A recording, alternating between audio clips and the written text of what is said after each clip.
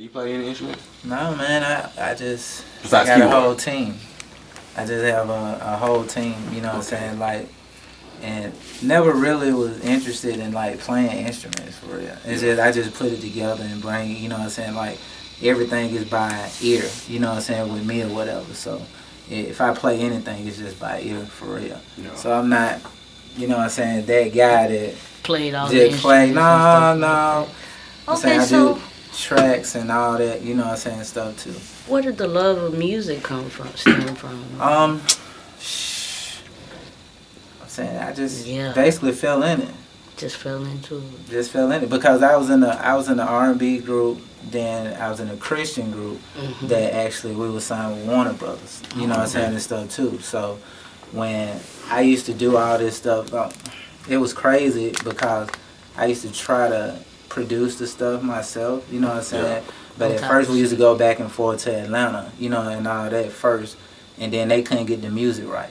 How we, you know what I'm saying, how I was feeling it, how I wanted it. So I'm like, I'm finna start paying these people, you know what I'm saying, going back and forth and learn on my own. Yeah. So that's how I jumped straight into it. So, wait a minute.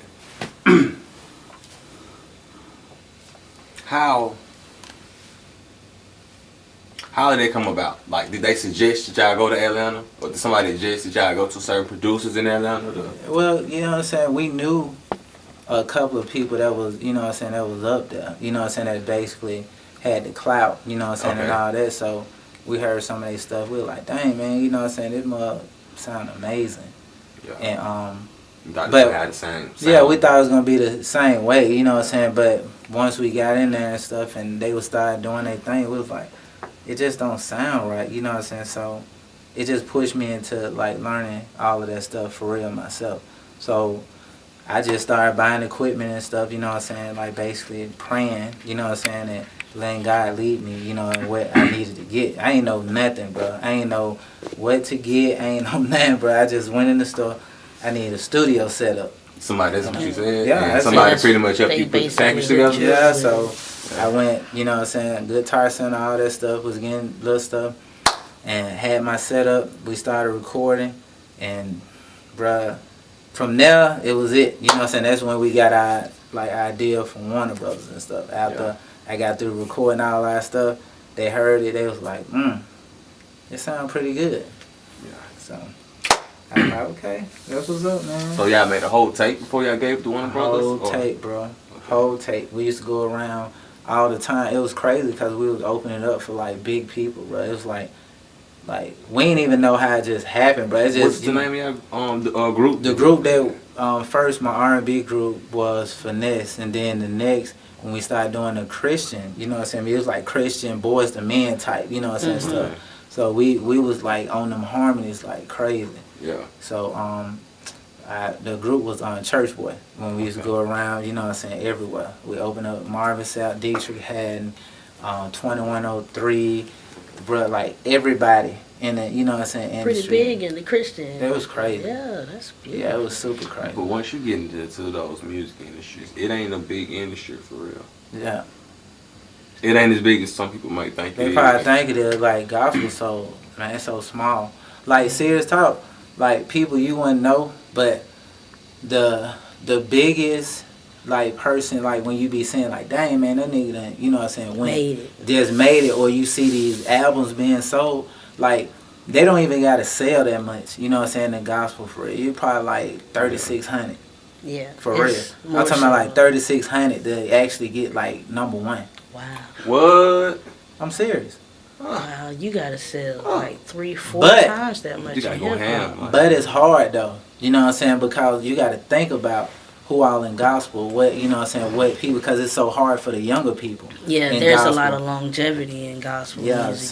So you got these people that's been they got their spots and they ain't getting out them spots. They ain't getting out them spots. Till death do them part. #1. You're right though. When they get them streaks, they got them streaks. That's all you hearing for the next couple years. Like next couple you have decades. strong buzzes. I learned that, man, because even the girls like Signature, because they have, and I don't know if you heard Signature, Curtis Glenn. I saw you post and some of their posts. And they've been, you know what I'm saying, top 20, top 18 on the Billboard. That's my artists that I produce. And do stuff. Curtis Glenn, you know what I'm saying?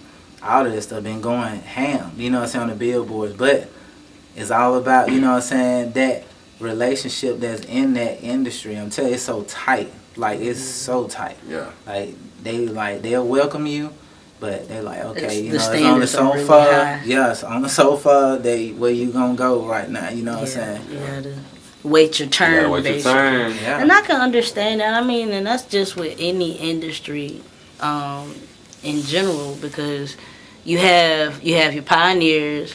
You know what I'm saying? You have the people that, like we already said, have longevity. And then you have the newcomers.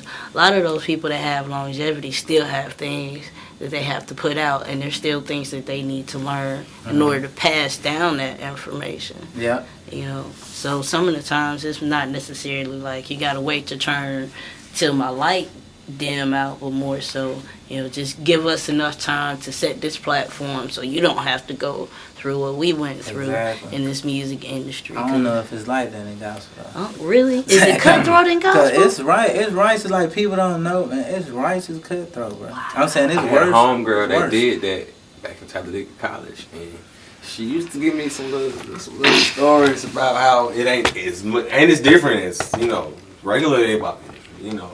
Like, when it comes to people, gonna be people, bro. Yeah, people gonna be You're right, people bro. gonna be people. Yep. And it's just the label, and they trying to get their life right, and the direction they going. Yeah, that's the only difference. Yep. That's the only difference. The direction. But people still people though. People still people. They still mess up. You know what I'm saying? And they got you got all these other people that's on the outside that, you know what I'm saying, that's kind of worshiping.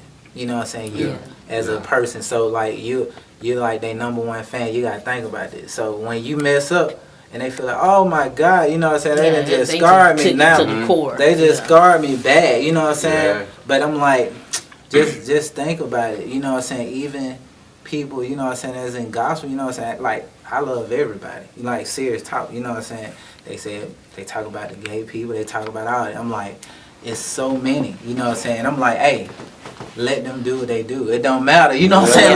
Like, I'm saying everybody's people. Like, God do not judge us, you know what I'm saying, period. He love us regardless. So, I'm saying, I'm looking at, I got so many friends, like even people that could have all this stuff, they talk about it, they scarred because some of the churches, bro, you know what I'm saying, they would just do like this. You're not finna come in my church, or you're not finna do that. I'm like, bro, they like righteous, the most talented ones, bro. You know what I'm saying? That's helping, you know what I'm saying, that's helping you, that's playing the keyboard or the organ or singing, you know what I'm saying? I'm like, you can't do our people, you know what I'm saying, like that. Serious talk, bro. Yeah. So at the end of the day, what's important is that we provide an environment where they can receive the word and go out there and be the light. Yeah. You know what I'm saying? But if we're not encouraging that light in the home, which is what the church is supposed to be, then things go a little sour. Yeah. And it be like that. I don't know, like, this ain't got nothing to do with music, but I think the black church just needs the whole reconstructed. Whole revamp. Whole reconstruct, because what they was doing back then is not progressive. I'm sorry. It's just not progressive. Talking about it needs to be progressive.